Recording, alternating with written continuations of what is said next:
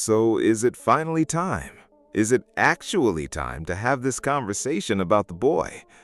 You already know which conversation I am talking about. Is Drake washed? Yeah, I think it might be time to get into it. Oh, this ain't the Drake album y'all been hyping up for about a month now. I know this can't be it. This can't be it. This gotta be him dropping these 3 albums. Gotta be him getting out of his contract. He done found a way to square it with Lucian. And they gonna let this shit go. Because ain't no way he didn't drop this hot garbage. First off, I knew it was gonna be trashed by the damn title. Iceman? This is a make or break album. You can't take no more losses. You can't take no more L's. And you drop something called Iceman? I didn't want to say anything. I didn't want to say anything until it actually came out. I gave it an opportunity. I gave it a chance. Bruh, I couldn't listen to not one song all the way through. Off of all 3 albums, not one song. Drake is cooked. His career's cooked. It ain't even worth listening no more. He needs to drop the greatest hits album. All right, that little silver banner with the black writing and everything. Have him posed or whatever, doing whatever he doing. You know, 5 o'clock Shadow Drake, preferably. That's the one we liked. And just get it over with. We listening to his old stuff in memoriam. I had to let my son know about some of the old stuff while we was like driving around today. I turned on King Leon. I turned on some stuff from Comeback Season. I turned on Think Good Thoughts with Elzai and Fonte. I had to throw on Jodeci Freestyle. Like, this is terrible. Like, bro, he is a shell of his former self. It ain't even Kendrick's fault. He been like this. Kendrick just shined a light on it. Now you can't unsee it.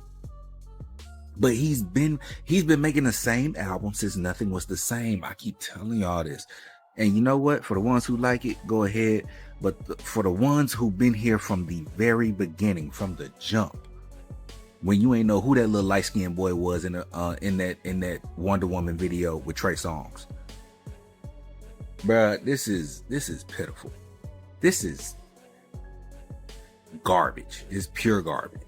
I do not care what his stands say. I don't care what Tank says. I don't care what DJ Academic says or any Aubrey Graham stan affiliate out there.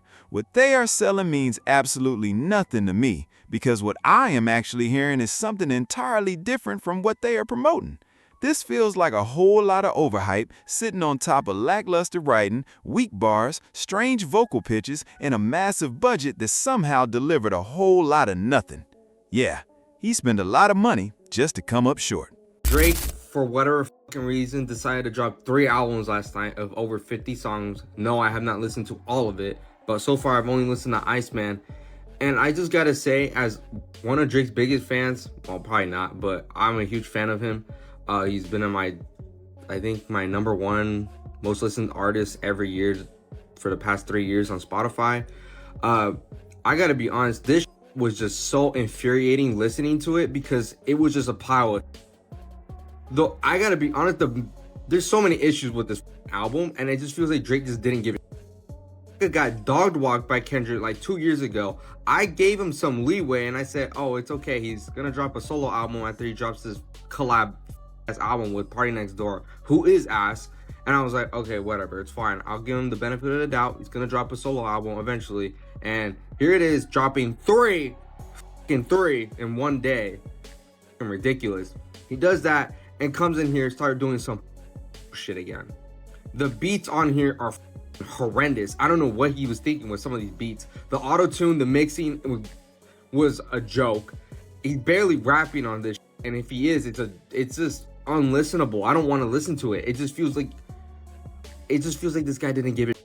Like, he was like, "I have nothing to prove. Let's just put some out there. I don't really care."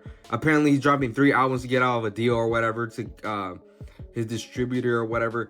And it's just fucking ridiculous, bro. Because this was just annoying to get through. Because I was like, by the time I was on track 7, I said, "Oh yeah, this album fucking sucks. It's gonna suck for the rest of it," and it did.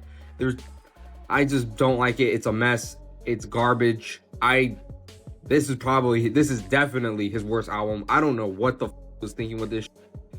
but it's just annoying because everyone's dogging on you and you have something to prove and you come here looking like this. Like, dog, I think Lucky probably has a better album than you. I haven't even listened to it, but it probably is better than this.